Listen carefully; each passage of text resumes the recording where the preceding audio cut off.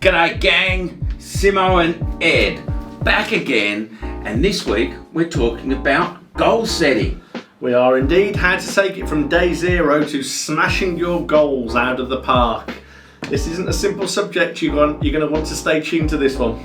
Sounds great. So you're with Simo and Ed, and this is the Fastline Track Growth Show, where we talk everything karting and business. Goal setting. This is a biggie. Yeah, highly misunderstood. The number of times I speak to lots and lots of business owners, how many times do I sit down with a business owner and go, right, what's the goal? And they sort of half shrug and go, 1 million would be nice. 1 million what? That's like 1 million Turkish lira. Do that pretty quickly, I think. Yeah, 1 million, and why, and how it usually start to dig in a little bit deeper. If you asked me that question and the people that I work alongside that question, you'd have quite a lengthy conversation on the proviso that they're going to share everything that they're aiming for. But it's really mightily important. If you don't have really crystal clear clarity over what you are trying to go and achieve, the ambiguity in your business is enormous. And you might think, well, that's not such a huge problem, it's my goals. But it is, because if you really fully understand what you're trying to achieve, you can work backwards from that into a path. And then you can share some elements of that, or all if you want, with your staff and employees. And they in turn will make better decisions. You've got to get that ambiguity out of your business, and it's not enough to just sit down and go, I want 1 million. So we're going to try and give you a few pointers on a really smart way to go and set your goals using a system that I've used repeatedly. We'll talk a little bit about what that looks like. You will have success for sure. Are you guaranteeing that, Ed? Yeah, you can make a guarantee on that. If you don't hit your goals in 1 year, you can have a cold and bubbly, cool, chilled drink up to £1.10 delivered to your door from me. But this is big, isn't it? Yeah. I've got a few quotes in the background behind the camera that you can't see, and it's from some training sessions and talks that I've done around goal setting. Yeah. And just to really drive that point home, one of the comments I make is the less time that you spend dealing with life or stuff in your business, the more time you can spend creating the one that you really want. It starts with goal setting. The killer one that always hurts a little but also invigorates is wasting 1 hour a day. Means you're wasting 7 hours a week or 28 hours a month, which equals 12 days per year. Scary. Yeah, get your goal setting right, and all of a sudden, all that time starts to come back on your side as well. I'm going to just throw in a throwaway comment here, but an hour typically in your business, if you're working flat out and focused 52 minutes in that hour and taking 17 minutes in that hour to take a break, that's a really smart way to work. I haven't got time to go into this video. That's for another video. I've got a lot of things. I'm going to go back through all the videos, find out all the stuff I'm promising you. If you've tuned in because you were waiting for one of the things I've spoken about before. And we haven't told you about it, but leave a question in the comments. Oh, that's perfect. Comment below, we'll make sure it happens. Yeah. There we go. Absolutely. And the other one that really brings it home, as long as you're able to keep making progress bit by bit, day by day, you will definitely find yourself further forward than when you started, even when your ambitions seem far out of reach. And I've got those words on the wall in my office. Have you? Yeah. It's part of what I read every day. So I read that every day, and I read my goals every day. So I practice what I preach. Quite often I read my goals twice a day. They're very detailed. Jeffrey Gitomer, my favourite sales guru, yes, he's big on this too. Is he? He puts his goals on the mirror in the bathroom. Oh, okay. So every morning when you clean your teeth or doing your hair or whatever, they're there, they're staring in front of you. Having a goal is cool, but like writing it down does something. It does. It sort of like formalises it more. And even better, tell someone about it. And then you're sort of almost committing to it. Well, you're accountable to somebody. Am I jumping ahead? No, that's cool. I mean, there's one bit in my goals that I read, and that's the bit that's important to me. The numbers and the stats aren't quite as important. No. So if somebody says I've got £1 million as my goal, I sit there looking at them going, like, that just can't be your overriding factor. And we'll get into like a quick bit about what that looks like. I suspect this might turn into 1 or 2 really short videos. So now I've jinxed it. Go and get a cup of tea, settle down. We're in for a couple of hours. No, jokey. Of goal setting. If only we'd set a goal for the video. That'll be a first. Where are we starting? Right, so there's 7 areas that I want you to, or suggest that you have a think about to go and get really crystal clear goal planning in place. And the first area you start with is writing down I normally do it on revenue. Hands up here. When I did it the first time, I did it on money coming out of my business because I'm really clear on what my net figures look like. But revenue's a smarter place to start. So write a goal figure down, and it doesn't matter if it's accurate or not at this stage. So if you don't know what the figure is, just go through this process and revise this goal that I'm going to tell you about as we go through it. So first things first, the goal itself. Write down the revenue figure that you think is going to deliver the lifestyle. Interestingly enough, I started with the output, the net Did you? figure too. Yes. Because the net figure Yeah. made sure I could have the lifestyle that I wanted. Yeah. And if I didn't know that figure, I couldn't work backwards. But I came up with a revenue figure. Yeah. Well, there's a couple of things that when you do it that way round, quite often, do you find you had to go back and change the figure? Can you remember? Can't remember. I normally go through this process 3 times. It only takes, the first run through takes quite a bit of time. It's like it's a good solid hour if you know what you already want from life. If you don't, it could take a week or 2. But then when you quickly run through it back a couple of times, as you go back through everything, it just takes literally minutes to go and get it all then honed into something that's really quite tangible. I have gone through it a couple of times, but that's only because I tweaked my costings. Yeah. Which, of course, would change what I get out of the bottom. There you go. So there's things that happen. So you start with your revenue figure, and then as you start to break down what that means, quite often that will affect what happens further up in this process that we're going to take you through. So first things first, set out your revenue. Now, I want you to think in terms of number of customers and the average customer value. This is the bit where people go, my average what? Your average customer value, that's quite difficult to calculate. We've spoken about this in other videos. No, it's not. It's a really simple figure to calculate.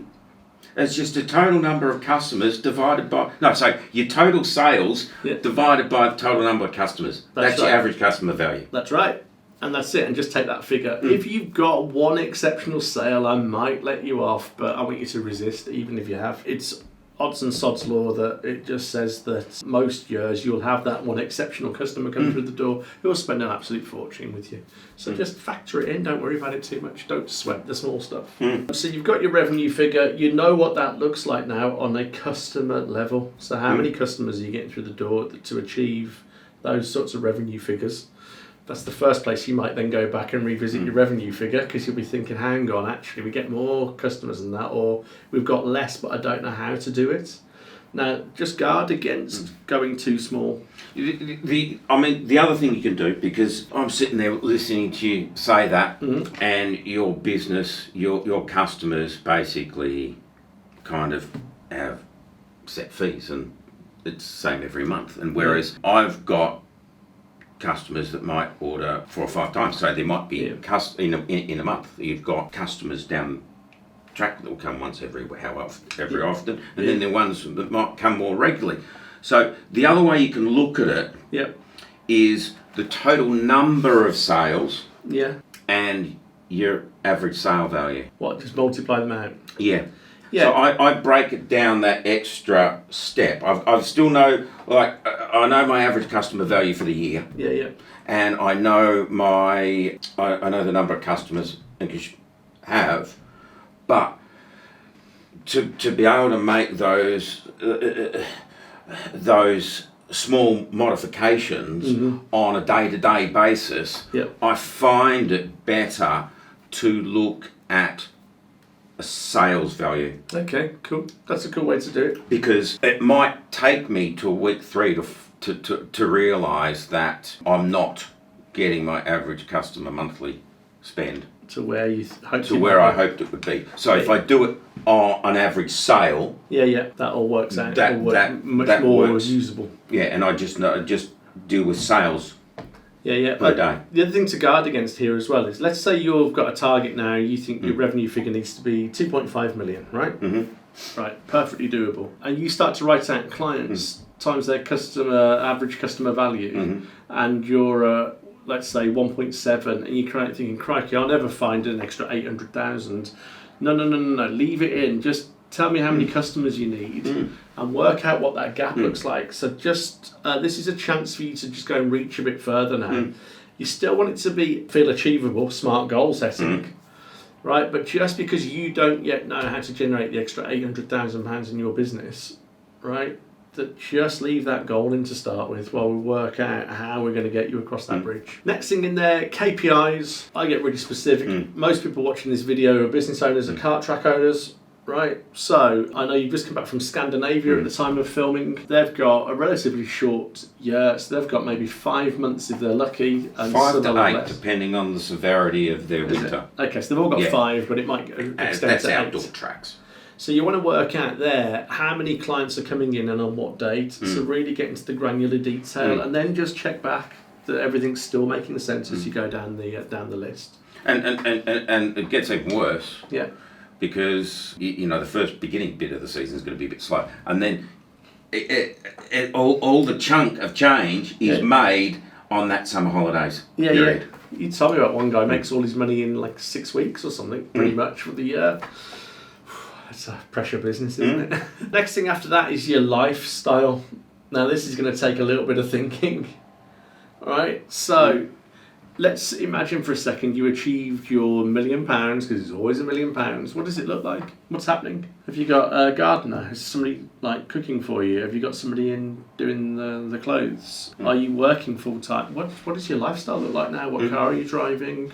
Where do you go on holiday? How often do your friends and family come round? To start to think about what that revenue means to you in terms of the lifestyle that you've created. And that's actually an important part of this. Yeah. Because that's your visualization. Back in the day, when I was a fit and trim lad on the ski team, we used to do a lot of that. Oh, did you? Visualize. Oh, yeah. Interesting.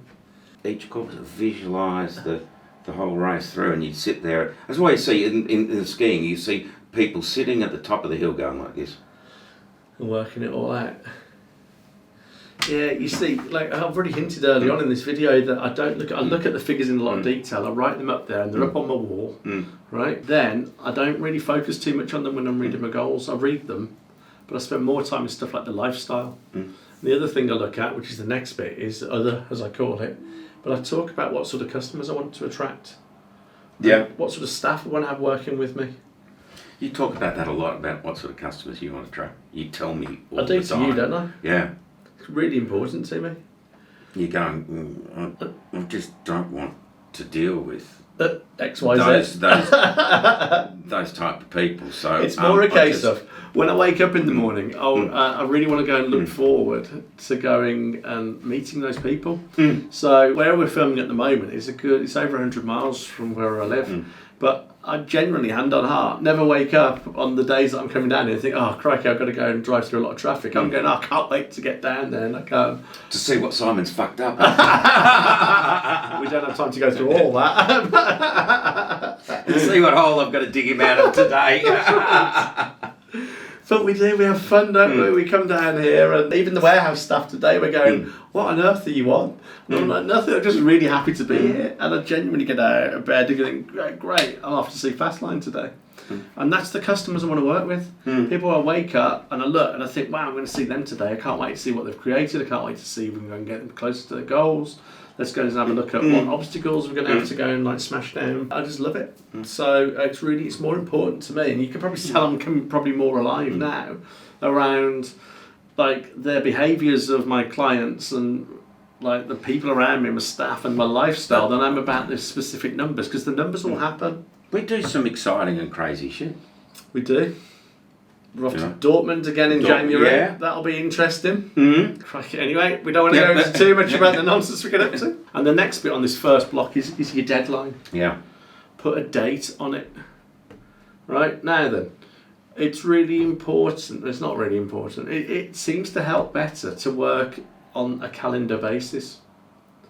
So January to December, I will always work out my goals January to December and break down my quarters, which we'll get to in a bit, on the actual quarter itself. So my deadline for this bit will always end on the 31st of December. Just thinking back, it is the 31st because I can see visualised on my board. So it ends on the 31st of December of each year. Now, I do have a little bit of overhang, so what's happening a month before and a month after, but that's just so that I make sure that there's continuity going through my goals.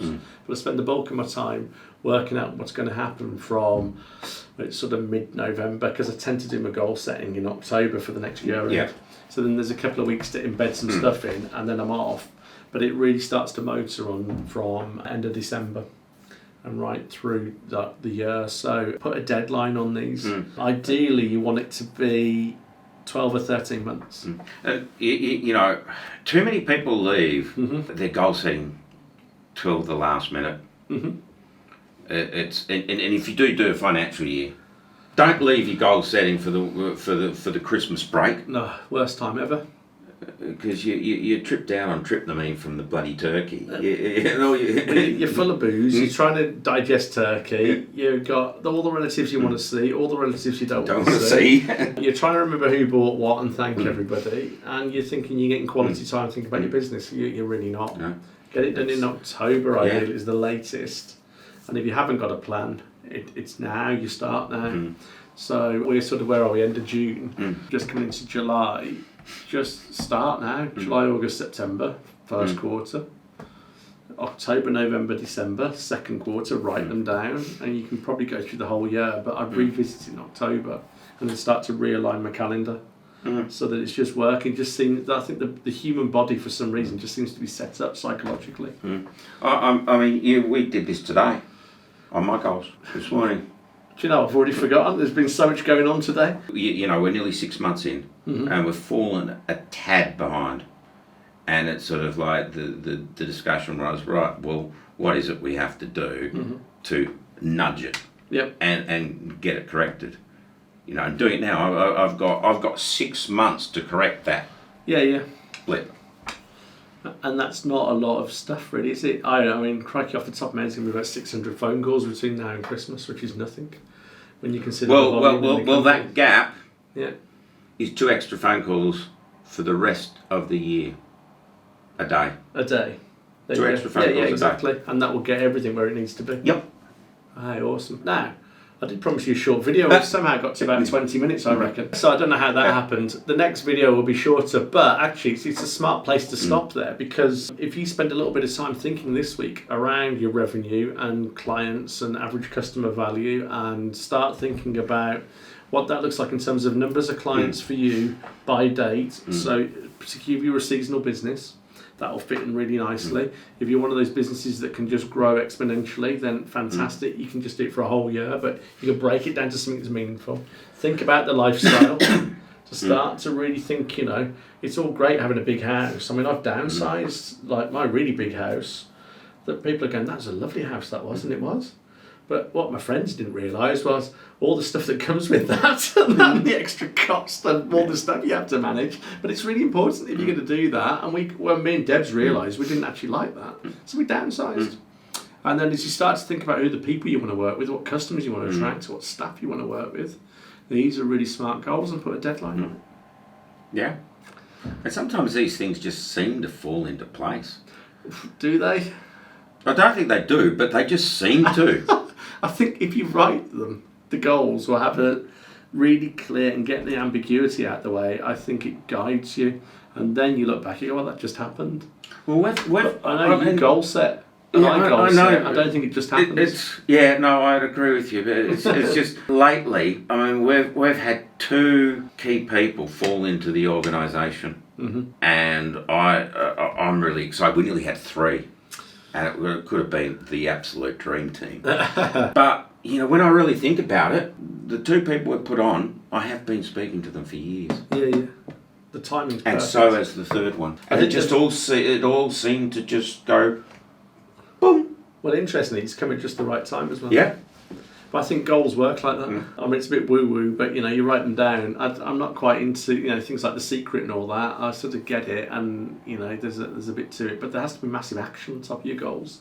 You take massive action, but you're being guided by what you've written my down. goal, yeah. And all of a sudden you turn around and you go, oh wow, how did that happen? I'm going, well, there's probably something on some level somewhere has been looking at all the goal setting stuff we do, and all the ambiguity we've removed, and all the clarity that's now there, and the speed that me and you operate at now to go and create stuff is so much quicker that actually it's not quite as much luck as it looks like on the surface. No.